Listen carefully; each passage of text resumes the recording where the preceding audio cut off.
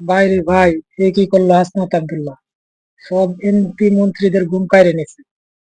যে জবাবদিহিতা পেজ খুলছে, ওই জবাবদিহিতা পেজের মধ্যে যদি আপনারা ঢুকেন, ঢুকে দেখবেন তার প্রতিদিনের কার্যকর্ম কি হচ্ছে, কি হইতাছে, কি হবে, সব জবাবদিহিতা আছে। যা হইবে তা অগ্রিম বলে না, কিন্তু আশ্বাস দেয় যে আগামীতে আপনারা ভালো কিছু পাবেন। এই যে খেজুরের জবাবদিহিতার হিসাব দিল 39 প্যাকেট খেজুর। ঠিক আছে, 39 প্যাকেট খেজুরের হিসাব তো একবারে পুরাই মাথা নষ্ট করে লাগছে সব এমপি মন্ত্রীদের। তাদের ওই প্রকাশ করে দিল খেজুর। যেমন আপনার আওয়ামী লীগ সরকার থাকতে এমপিদের বেতন 1,70,000 টাকা বেতন প্রকাশ করছিল ব্যারিস্টার সাইদুল হক সুমন। আর এখন হাসনাত আব্দুল্লাহ এমপিদের সব গোপন তথ্য ফাঁস করে দিতেছে ওই জবাবদিহিতার মাধ্যমে। সবাই জবাবদিহিতার পেজটা ফলো করে রাখবেন, যাতে আপনাদের সবকিছু জানতে পারেন। দেশে একজন এমপি মন্ত্রী কি পায়, কি বন্টন করতে পারবে, কয়টা কোন জায়গায় কি প্রজেক্ট আসে। শুধু তার এলাকার গুলো বলে, অন্য এলাকার গুলো বলে না। তার গুলা যদি জানতে পারেন তাহলে অবশ্যই সবগুলা জানতে পারবেন।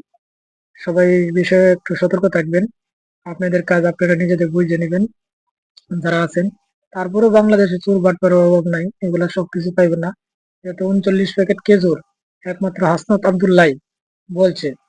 আর ওনার বলার পর থেকে এগুলা নিয়ে খুব তোলপাড় সোশ্যাল মিডিয়াতে, সবাই এগুলো নিয়ে বক্তব্য করতেছে। আর হাসনাত আব্দুল্লাহ বলার পরে অনেকেই কিন্তু এইগুলা নিয়ে কোনো এমপি মন্ত্রী যারা আছে তারা কিন্তু মুখ খুলে নাই এখনো পর্যন্ত। তাদের কিছুগুলা কি করছে। আমার আমরা চাই যে প্রত্যেকের হিসাব জনগণের কাছে বুঝিয়ে দিক। যেহেতু রাষ্ট্রের 17 বছর পরে নতুন একজন রাষ্ট্রপতি নায়ক হয়েছে, মোহাম্মদ তারেক রহমান। তার সম্মানার্থে বলতেছি, কেউ যেন দুর্নীতি করে করতে পারে না, সবাই যেন দুর্নীতিকে না বলি।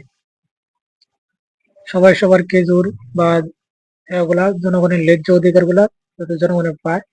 আর যারা অনলাইন সার্ভিস করে তারা যেন আরো সতর্ক থাকে। অনলাইন থেকে সরকারের একটা বিরাট ইনভেস্ট, ওরা নিজ থেকে ভুল করার পরে এটা যখন আপনি সংশোধন করতে যান, তখন ওই সংশোধনের জন্য আপনার প্রচুর পরিমাণ টাকা ব্যয় করতে হয়, এমনকি অনেক দিন যাতায়াত করতে হয় উপজেলা নির্বাহী কর্মকর্তা অফিসে। তাই বলতেছি, যেখানে আপনি অনলাইনে সেবা দিতেছে তারা, তারা যেন একটু মাথায় রাখে যাতে সুষ্ঠুভাবে অনলাইনে সেবাটা দিয়ে থাকে। সবাই ভালো থাকবেন, সুস্থ থাকবেন। আল্লাহ হাফিজ।